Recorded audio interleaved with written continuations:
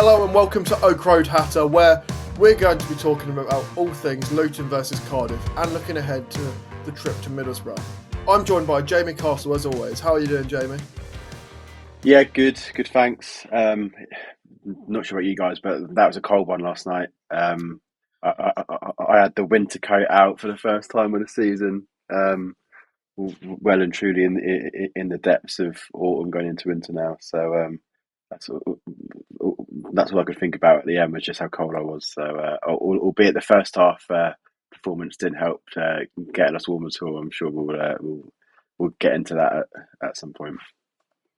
Yeah, we will talk all things that game and that first half, which isn't everyone's favourite thing to talk about. But someone who is keen to talk about it is Lewis Jones. How are you doing, Lewis? Yeah, not too bad, thank you, mate. I'm not sure if keen quite sums up the word. I will have to talk about it and find some positives, but yeah, all good apart from that. Before we get into that, we've got to remind you of the three chances to win a £25 gift voucher to spend on Oak Road Hatter merch. First, you have to subscribe to our channel, Oak Road Hatter. Then like and comment on any video published between Sunday the 3rd of November and Friday the 22nd of November. That's Luton's game against Hull when we preview that. You have one chance to enter per episode, so if you like and comment on several episodes between then, you can multiply your chances of winning. For the second chance of winning, check out the tweet that's pinned to our profile. All you have to do is like and repost that tweet and tag 3 or more people in the comments to enter. Make sure you're following us on Twitter as well when you're doing that. And finally, any order placed between Sunday the 3rd of November and kick-off for Luton versus Hull City at 3 p.m. on Saturday the 23rd of November will be entered into a giveaway. Of course, multiple orders means multiple entries. But we are going to go straight into that game. And for Rob Edwards, like Gary Barlow's son, it was a big result. Luton won 1-0 against Cardiff City in a game that, as we mentioned, was somewhat lacking in quality, particularly in the first half, Jamie. And we are going to go straight to that first half. It was a surprisingly unchanged team from what we saw in the previous game, but it wasn't an exciting start. No, not at all. And first of all, I think I've missed a memo on this Gary Barlow son thing. I've seen lots of comments on it, but I think I missed the boat. I'm not exactly sure what it's alluding to. So I'll look forward to you guys briefing me at the halftime point. But no, the first half was it was a very tough watch, very tough watch. Probably at parts summarising our season, just lacking quality. I think there's no questioning at all in terms of the fight of the players, or because I guess their desire to try and win the game of football, but just lacking some real quality. I thought we saw the worst of the quality with Palmer's goal kicks against West Brom, but it really went down a level in that first half last night on Wednesday night. Almost really hard to comment on it. I think I'm sat here now thinking, like, what do I say? I think there was a couple of pot shots, but other than that, no real big chances created. I think happy to get in at half time at 0-0 because at parts I was dreading a bit like that West Brom game, just a moment from Cardiff would see them go 1-0 up, and then it would have got really difficult. So I think the one positive, if you can take positives out of that really bad first half, was that it was 0-0. Because then it sort of gave us a cleaner slate going into the second half, and it couldn't really have got much worse. I think it definitely a first half to forget for most of us. And it was an atmosphere that very much reflected what we were seeing on the pitch. Not just from the Luton fans, from the Cardiff fans as well, who were singing that they couldn't hear us singing all game. But I mean, there wasn't really anything to sing about in that first half, Lewis. No, there wasn't. I think West Brom and Cardiff yesterday were two of the poorest first halves we've had under Edwards, from my recollection. Yesterday the issue was a really poor press. There basically wasn't one in that first half. I think players are a bit confused about who actually was their man. I saw Mengi, Bell and Clark arguing at one point about what was going on. It wasn't a great first half, but we didn't do that vital thing of conceding. We kept it 0-0, so we left ourselves open to score that goal, win the game. It wasn't like a Sunderland, it wasn't like a West Brom where we were kind of on top and never really took our opportunity and then got punished for it. We got in at 0-0 with some controversy towards the back end of that half, which is a shocking decision. Looking back at it, the Luton video they put out earlier today slowed it down, and you could really see just how bad that decision was. Funnily enough, Omar Ritza said he thought the referee was poor for them. I think he was poor for both teams and missed a penalty for us. So take that how you like. But yeah, I think, as Jamie said, an easily forgettable first half. Yeah, I mean, on that penalty decision, I mean, first of all, the first half was that poor. I completely forgot about it. To be honest, it was. I tried to wipe my mind of the first half, but yeah, the penalty shout. So I mean, I sit at the other end, so I couldn't really see it too much from where I was sat. But obviously seen the video, and yeah, it's clear. I think if you're in the Prem, not to bring up the sort of the age old topic of VAR, but yeah, that's given, and there's no arguments about that. I think for me, the worst call of them all is then him going to then book Carlton Morris when he's the one player on the team that can actually talk to the referee. So yes, he might argue that he was protesting in a way that could be perceived as dissent, but quite frankly, when you've got 1,000 fans in the Oak Road corner also sort of going for it, the ref must think that there's probably grounds for sort of a little mini protest. So that for me is the frustrating thing. Yes, okay, we didn't get the penalty, but ultimately we won the game. But I guess the negative is that Carlton Morris has got a yellow card to add to his tally. I'm not sure what he's on now, but ultimately it's one yellow closer to 5 and one game closer to potentially losing him for a game. So that's I guess the big picture side of things that I think just really frustrates me more than that penalty decision not being given. I mean, I think you could see from just the way Morris reacted in terms of how animated he was. I've not seen a player move every single limb in a different direction before at the same time, but he was throwing himself every direction in the air. And I think you could see, I mean, from me and Jamie were sat at the same end of the ground, and I think you could see just from his reaction alone that was definitely a handball. Yeah. Not to mention the reaction of the stand behind the goal. And the referee generally was, I mean, he was pretty terrible throughout the game. He was constantly killing momentum of either team, which meant the game, which was lacking atmosphere anyway, was just getting killed off again and again and again because he wanted to have his say about everything. Yeah, I'm just looking at the yellow cards now. That's actually his third yellow card, and ironically, his third in 4 games. His first booking was at home to Sunderland, and he's been booked 2 more times since then. So yeah, he's now 2 more yellows away from missing the game, which could come at a vital part of the season. You think we've got Leeds and Norwich after the international break, so if he gets booked at the weekend and then one more before then he could miss one of those big games. So yeah, I think sometimes things like that get sort of washed under the carpet when actually they're big points to make. Yeah, I think just touching on the referee again, I think it actually kind of helped the team and Rob Edwards a little bit because he kind of made himself the villain rather than the poor performance, the lack of, I don't know if it's lack of effort, but lack of energy. I think if anything, it got the crowd up a little bit more than what the team were doing anyway. So I will give the ref credit in that regard. Maybe not his actual performance, but in helping the crowd and maybe Rob Edwards out a little bit. It was, I mean, it was the best we could do really to get the crowd going. And we've seen it a couple of times where the ref has made a few shocking decisions and it's really lifted the Luton crowd and galvanised everyone in that same direction. I mean, we went into half time, and then Lewis, you mentioned before we started recording, we came out for the second half, and you were baffled that no changes had been made.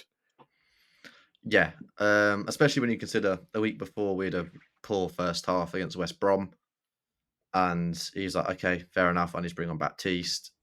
And then this week, for me, it was just as bad, if not maybe worse. And he decided not to change it. I thought it was baffling. I think there was plenty of players that could have come off. I think you look at, although Tronga wasn't great, he wasn't he wasn't poor either, but Jordan Clark I thought was absolutely a miss in that first half.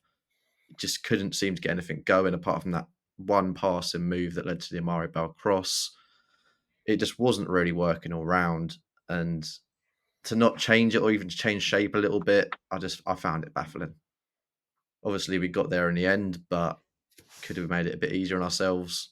Like when it improved, when we brought on Baptiste, Elijah, I think that could have been done a little bit earlier, but he did recognise it earlier than he has before. And ironically, one of those players that had probably been, I mean, arguably Brown was probably one of the worst players on the side in the first half.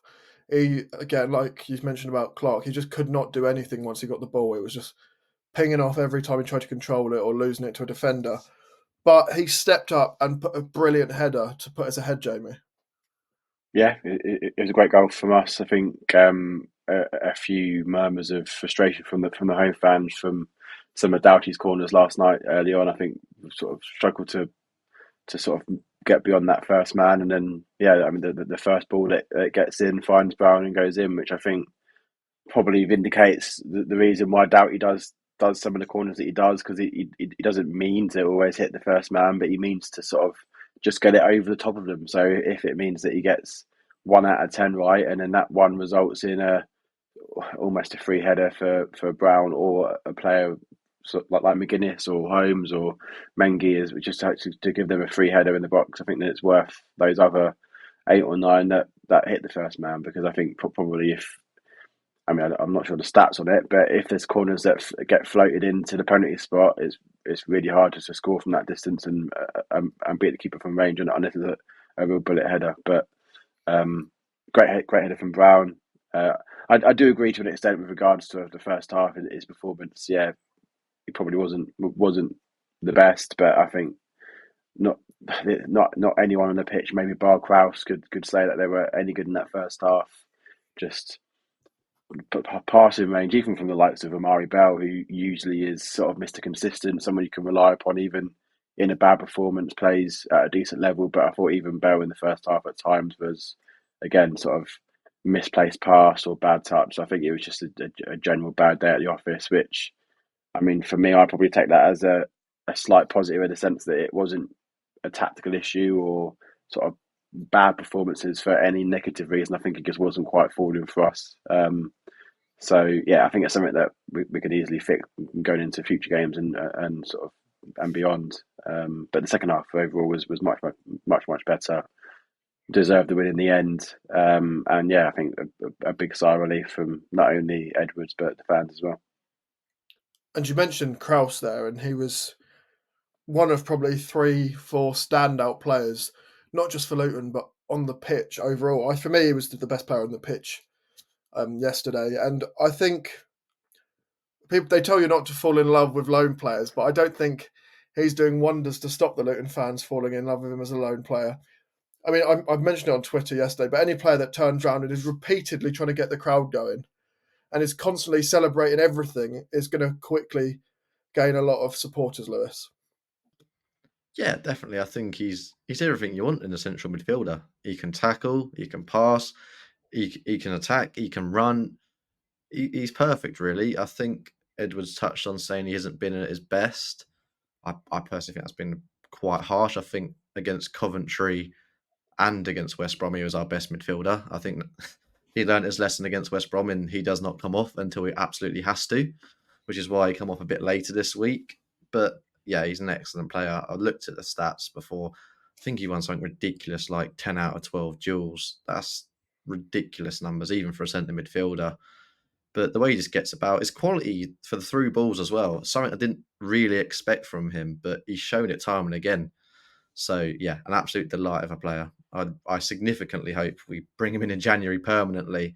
I know it was mentioned that it was possible not to bring him in permanently. Was possible, sorry, which I thought was bizarre that we didn't, considering it was possible. But yeah, I think now he certainly be top of that list to bring in. And you mentioned there that he didn't come off till late, and I think when he did come off, it was probably more because he had nothing left to give rather than anything else. We did see some earlier changes, as you mentioned, Lewis. Just after we scored, Edwards went to the bench and he took off Jacob Brown, and then Chong slightly after that, and brought in Baptiste, Eli. And I thought they were both very good. And Eli in particular, Jamie, who was causing serious problems for Cardiff on the counter-attack.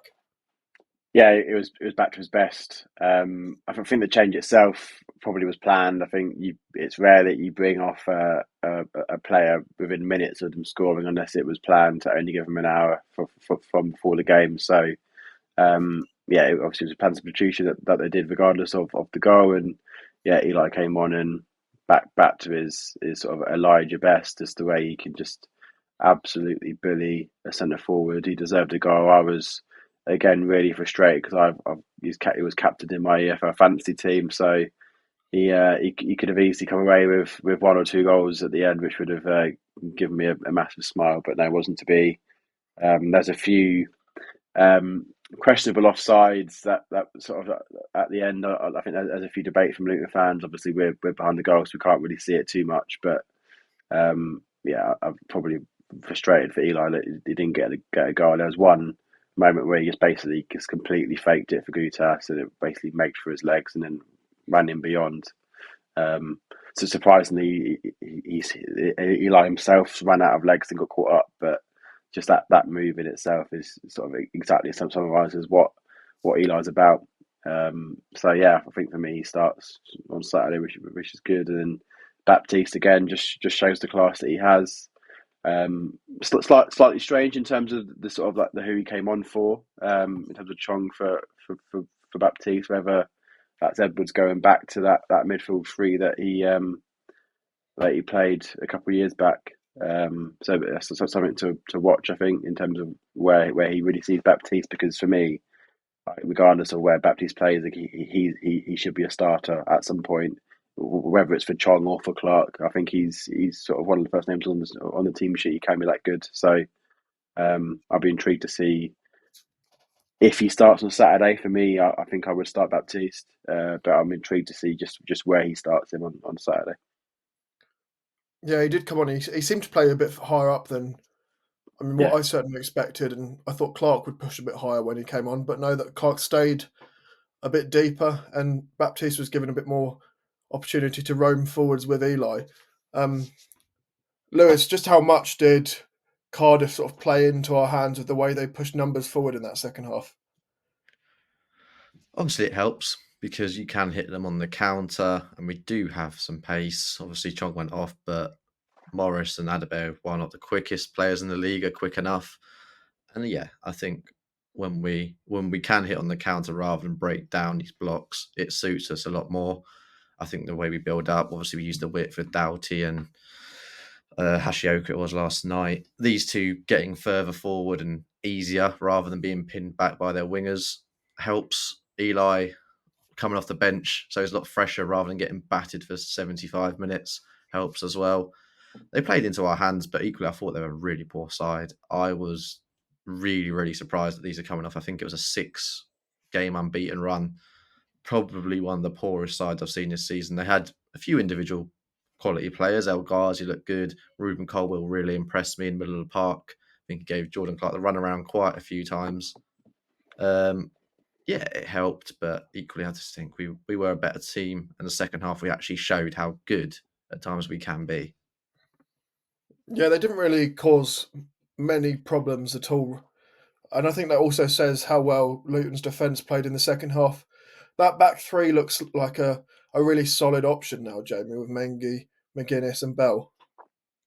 It does, and to think you've got Reece Burke, who is obviously out in a minute, but I was saying a couple of weeks back that he was going to pose some real difficult questions to Mengi and McGuinness and Bell for when they come back fit, because Burke was playing out of his skin before he got injured again. But obviously, I thought he was amazing. Got Tom Holmes as well to come back in.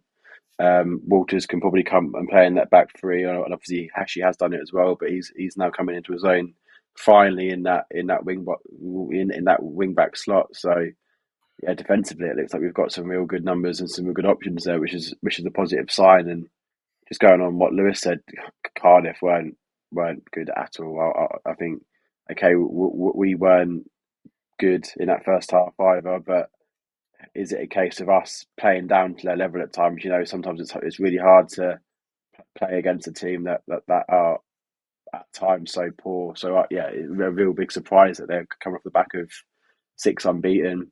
And I think for me, just adds to the frustration in terms of where we are, where we are this season, because we absolutely shouldn't be where we are. And I mean, ultimately, we deserve to be where we are based on our own performances and results. But yeah, this team should be a lot higher. I'm not overly impressed by the quality in the league this year. You got Sunderland, who are one of the best teams in the league. We outplayed them for 85 minutes, and they're up there. I mean, Watford are a decent team. Okay, they're probably weaker away from home, and therefore we sort of applied that pressure at home. So that's probably the question mark there. But we still battered Watford.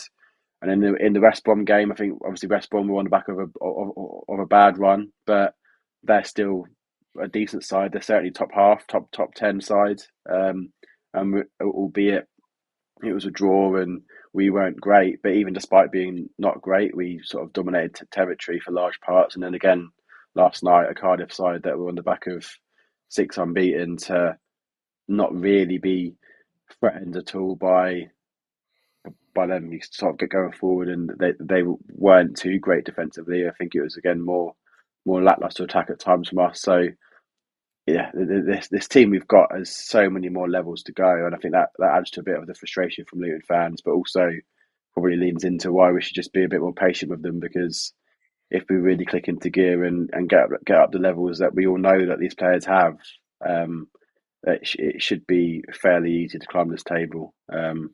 And especially, I mean, sometimes you say it's really tough when you have a tough run of games. You've got Barrow away this weekend, and obviously you've got Leeds and Norwich pretty soon after the break. But sometimes that's the best way to rise up the table, is by playing the best teams and beating them. So, yeah, fingers crossed we can just start to get some consistency in performances, and if we can play that second half for 90 minutes, we'll beat most sides in this league. So, yeah, I think just keep the faith and hope that it finally clicks at some point.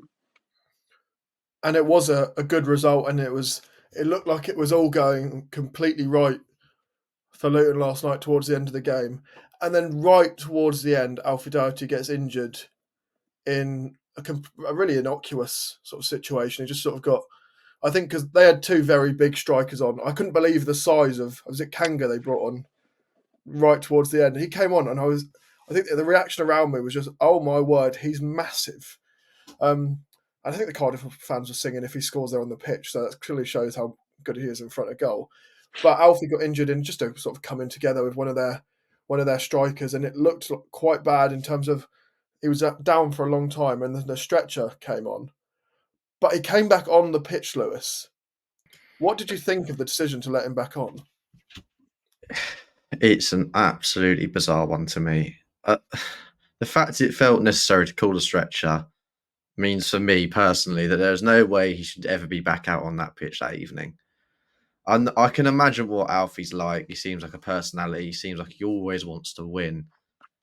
But he clearly wasn't fit. And I know Jamie said his feelings on this last night as well.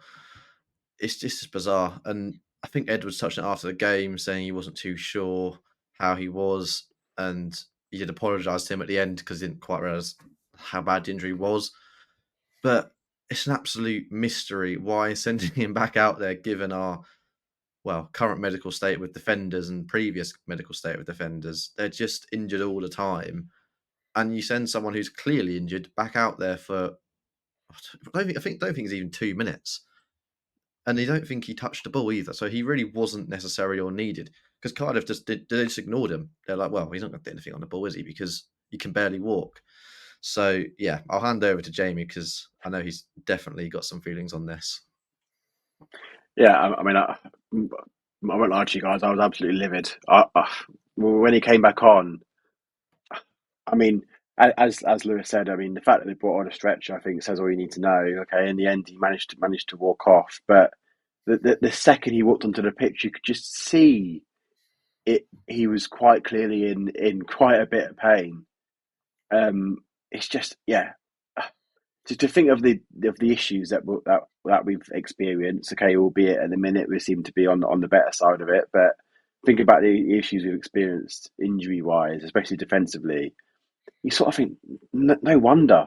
If the medical team think that they can take risks like that over players as Alfie Doughty, just for 2 minutes to see out a lead 1-0 up. Again, we put Adebayo at left wing back just for that last 2 minutes and stuck Doughty up top. So that's a tactical change that was sort of told to Doughty, because he literally came on the pitch and walked straight up front. So I mean, Edward said after the game that he was preparing to sort of do like a sort of like a 5-4 system to see the game out, but then at what point was the messaging to Doughty to just stand up top and just be there and limp around? It's just, yeah, it's absolutely stupid, and I think what really grinds my gears the most is when dumb shit happens like that. It's just, that doesn't need to happen. You can say to Alfie that we've got 2 minutes left, we'll see it out, and fundamentally, if we can't see out a game with 2 minutes to go, with 10 men, 1-0 up, against a side, quite frankly, as poor as Cardiff were last night, then we don't deserve to get the 3 points, because we should have more than enough. So yeah, it's absolutely stupid. I mean, for me, if I'm Edwards, I'd be completely investigating that situation. What happened? Why did it happen? Going forward, never again. Like, if a player is that injured, I'd rather play like Doughty for 25, 30 minutes if that's what it takes, because he's a player absolutely you do not risk. Because imagine now if he goes in for a scan today and it's like, well, it would have only been 2 or 3 weeks, but because he went on and walked on it for another 5 minutes, it's sort of made it a bit worse, and now it's 6 to 8 weeks. It's just not worth it at all, not worth it. And for me, just brings questions on the wider injury issue. Like, was Anderson fully fit when he came on against Plymouth? Don't know. I mean, you'd like to think that the medical team would have passed him fit, but can you trust them now? Like, I don't know. Like, if they're doing what they're doing with Doughty in that situation, was Anderson truly fit? Was he risked unnecessarily early? So yeah, I just think you just need a full investigation into that situation, because it's just not good enough at all. And obviously, it's unacceptable with any player to put them at extra risk of an injury when they've already looked like they've picked up quite a serious injury. But to do it with a player of the importance to just the entire way we play, I mean, it's pretty undoubtedly that he's our best player, Lewis. Yeah, he's certainly up there anyway. He's certainly up there. For me, he is our best player, but it can be a debated topic. It's bizarre. The only, and I mean absolute only thing they might have been thinking is, look, we can rest him for Borough because he's probably going to be knackered anyway. He's going to be injured, so he's going to miss it. And then we got an international break as well. That's the only thing I can think they've gone, well, you know what, there's a little bit of a break anyway. But still, I think it's absolutely baffling, like Jamie said. And yeah, he's so important. He takes our corners. He's our main set piece threat. I think he's got, again, whether you like it or not, I think he's got the most expected assists in the league. I think the most big chances created. He's our highest rated player. He is our best player. And to just risk him is silly. And I hope he can recover quickly. I hope it's not as bad as what it looked like, which is why he come back on. But yeah, I would never risk him. I think you look at the replacements for him as well. Bell, debatably, but for me, left centre back is his spot. Moses, he's right-footed, and the way we play kind of needs to be left-footed on that side. Ashley's coming into on his right. They wanted to switch him over to the left. Joe Johnson clearly isn't that trusted. So that's another reason you've got to take into account. And yeah, it's no more words for that situation. And we are going to go to a break after that discussion. But before that, don't forget to check our social media to find out how to enter our merch competition. That's Oak Road Hatter on Twitter, Facebook, and Instagram. But it's undoubtedly time for a break.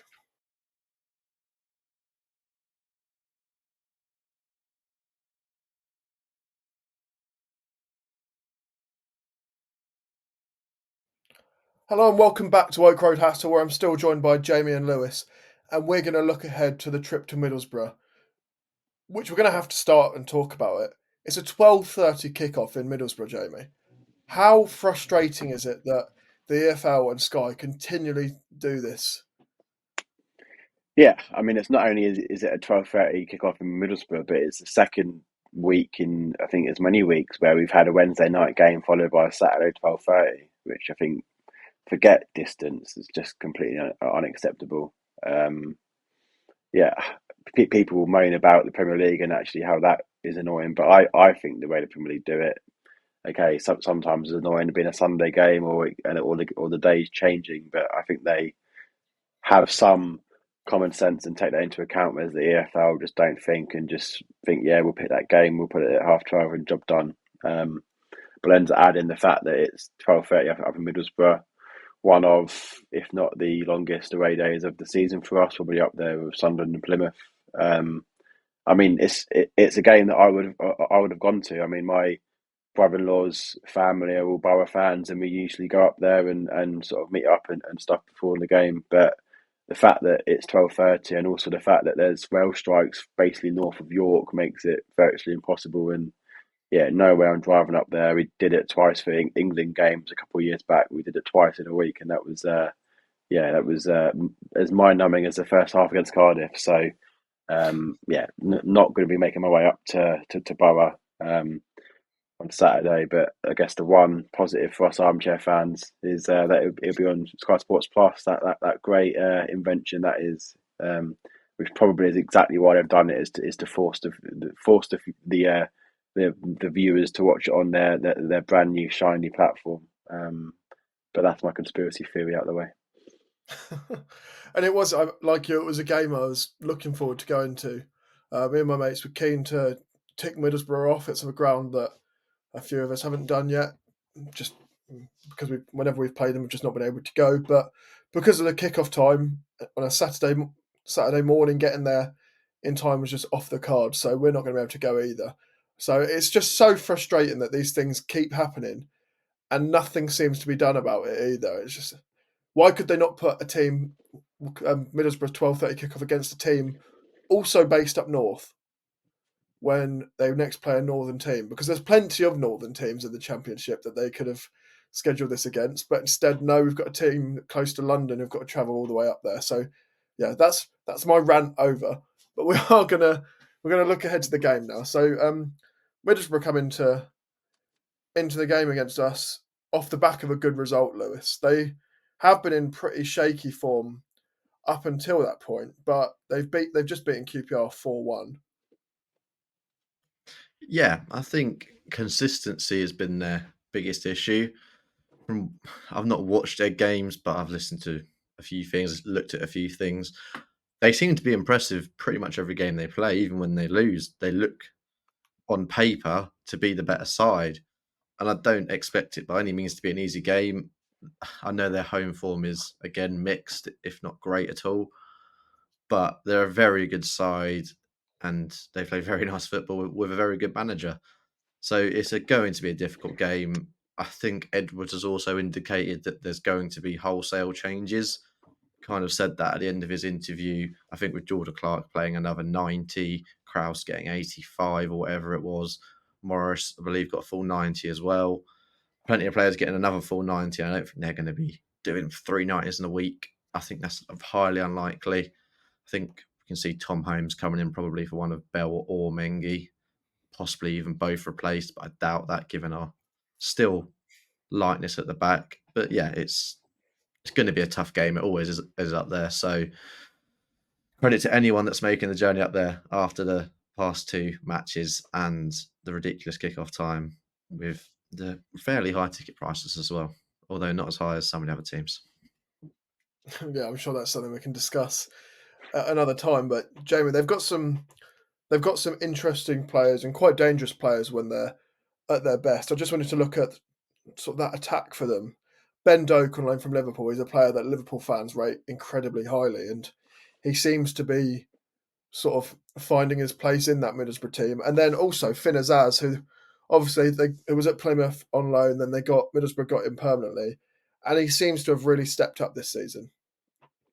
Yeah, they've got some really exciting players actually in the side. As you say, you've got Ben Doak. I won't regurgitate my we probably should have looked at some more loan signing rant, but he's probably someone that we could have brought in. I think was always going to be a player that was expected to do really well this season in the Championship. They've got Asai Jones there as well, who obviously was a rampant right wing back in that season a couple of years back. Probably could have made the step up a bit like Spence did, but hasn't, and now finds himself as a right-sided attacker, which probably suits his style of play a bit more. Probably something that we could do with Doughty going forward, maybe on that left-hand side. Azaz, I think was one of the highly rated players in that Plymouth side that got promoted and has sort of found a home in the Championship that play to his strengths. I think in that number 10 role is sort of his perfect position. I think up top, Conway's still a pretty young kid. Again, he's not in his teens, but he's still fairly inexperienced for the level. I think he had a lot of minutes for Bristol City, but it's a sort of first real spell where he's getting starting minutes at number 9. He's had a decent start. I think 5 and 10, so they're sort of 1 and 2, which I think at this level you take. I think if Morris and Eli were doing 1 and 2, you'd take that at this point in the season. I think we'd certainly be higher up the table if they were. So all in all, some real big threats, and probably a team. If you look at the table, I think for me they're a team that I would place in my top 6 coming into the season. I think they're a little bit inconsistent right now. I think away from home they're better than they are at home. But if you look at the teams above them, it's like specifically Mill and Watford, they're above them. West Brom as well. Maybe you could throw into that debate. They're teams that I definitely class them as a better side than. So I won't be surprised to see them in the mix with your sort of Sheffield Uniteds and Sunderlands and Leeds and Burnleys coming into the season. And Lewis, another area of the pitch where they do have some very exciting young players in particular is that holding midfield area. They've obviously got Hackney, who I'm not sure is going to be back or not. He got a red card, so missed their last game. If he doesn't return, I'm sure Johnny Howson will probably play there. But Aidan Morris, the young American midfielder, who they signed from Columbus Crew, I believe, he's really stepped up for them. Yeah, he's excellent. I actually saw a graph, I can't remember who it was from, so credit to whoever it was, on Twitter the other day, and he was one of the standouts for passing, quality on the ball, and all the technical kind of stuff. He's one of the best in the league. Not that surprising that he's kind of towards the top end of them charts because of the way Borough play as well. They are very possession orientated. But yeah, Hackney, he will be back. It was just a single suspension, unfortunately. So yeah, 2 very, very good midfielders. I don't think it was expected that Aidan Morris would be as good as he was, but he's shown his quality. And I think another thing, they've got a lot of experience at the back. They've got Matt Clark, who's played for countless teams up and down the years. Luke Ayling, obviously very well known fullback for Leeds, and Sonny Dieng and goal, played for QPR for years. So there's experience in that side, and like you said, you've got Johnny Howson. So a very, very good team with a very, very good mix of experience and youth. Yeah, I mean, lots to talk about Morris in particular, but it's probably pretty easy to play alongside someone as good as Hackney. I think I spoke for the Sunderland preview about how they've got some really promising English midfielders. I think you can throw Hackney into that mix in terms of current starting central midfielders in the Championship that are young and English that you would expect to A, get a Premier League move in the next couple of seasons, and B, probably play for England before their career is up. So he's certainly someone as an England fan that I've got on my radar sort of for the future. So that's really exciting from that perspective. But yeah, I think good for them that he's back and they'll go full strength with their pivot of Hackney and Morris probably. But yeah, someone with the experience of Houston as well is also someone really good that they can bring in, and they've certainly got some strength and depth that they have there that they can use certainly in a 3-game week. Yeah, and Hackney is someone that played in that England under-21 game at Kenilworth Road that I'm not sure if you guys went to, but I did go to, and he was very impressive in terms of his composure on the ball and how comfortable he was just finding other players, which is arguably something we've been missing a lot of times this season. So it's going to be very interesting how we match up against them. Jamie or Lewis mentioned that Edwards has said he's going to rotate, and it would be interesting to see what players he brings in to try and deal with that passing threat. Yeah, it's Rob Edwards, so I want to put a disclaimer out there. He may start the same team again. He does say things and then completely takes it back at the weekend. I think we can expect to see Nakamba. It's a bit of a, not going to use the word situation because I don't want to make that big of a deal out of it, but he's had very limited minutes recently.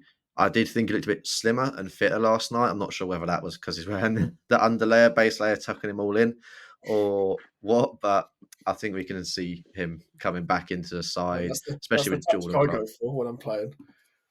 I think that's what we all do. Yeah, but I think Clark, that'd be his third, in fact, maybe even fourth 90 in a row, I want to say, possibly even more than that. So it'd be very surprising if he didn't come out. I think Kraus will play just to try and disrupt that Borough dominance in possession. Shandon Baptiste obviously was deemed that he probably wasn't fit enough to start last night. I'd expect him to come in. I think the back three could stay the same, possibly Tom Holmes coming in. Elijah, again, I think will also come back into the side after an impressive cameo. Kaminsky, Hashi, and Doughty, we'll have to see. But I think it'll be a fairly settled side, especially that back line. But the midfield, I expect to ring the changes. Yeah, where do you think we're going to cause problems in terms of areas of the pitch that we could maybe threaten them, Jamie, in terms of, obviously we'll be looking at probably a somewhat rotated attack. So is there somewhere we can target? Yeah, I think certainly in that attacking area for us, they've not got an overly mobile back four. They've got obviously Ayling, who very, very experienced, but clearly towards the latter end of his career. Clark as well, very experienced centre half, but very tall, great in the air, but maybe not so great with his feet and not overly mobile. Edmondson probably a bit more heavyweight. I think he's not as tall, but he's definitely a very strong lad.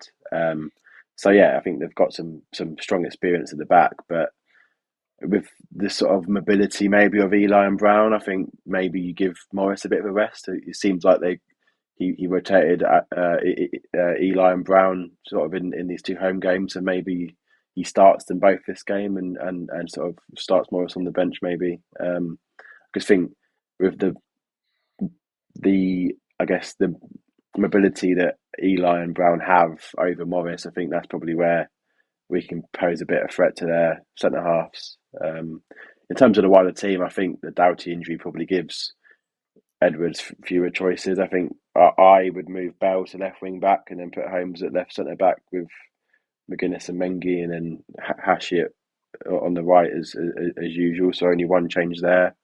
I'd probably change to that midfield three that he sort of went with for that last half hour. So I'd go Nakamba, Kraus, and Baptiste. And I know he loves Clark, and regardless of what side of the debate you sit on, his player load now must be incredibly high. I think regardless of the performances that Edwards thinks that he's put in, he's definitely due a sort of a rest. So I'd go Nakamba, Kraus, and Baptiste in that midfield three, and then Eli and Brown up top.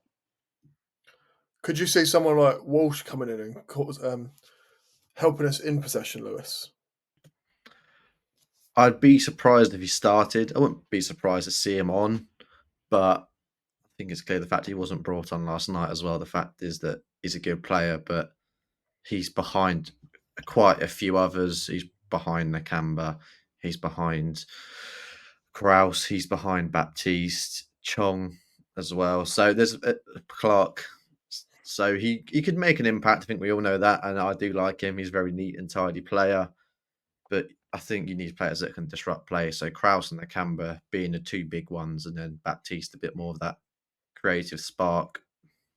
Although having said that, Walsh is probably the natural replacement for Clark. I think Walsh didn't come on because Clark was on for 90 minutes, and if you look at it, he did Nakamba for Kraus, so that seems like the natural sort of either or, and then Baptiste for Chong maybe a more tactical thing than anything else. So I think if Clark does get dropped, and not necessarily dropped, but get rested, I think Walsh probably is the natural one to come in. So, I mean, my preference is to go Nakamba, Kraus and Baptiste. But actually thinking about it, if I was to sort of guess what Edwards does, I actually think he might start Walsh in that sort of more deeper line midfielder with Jordan Clark. It seems like he's manager that really likes to have a midfielder that builds play from deep, and clearly in the camera it just isn't that man. He's not the player that does that, and he prefers his more aggressive midfielders high up the pitch to sort of enforce that press.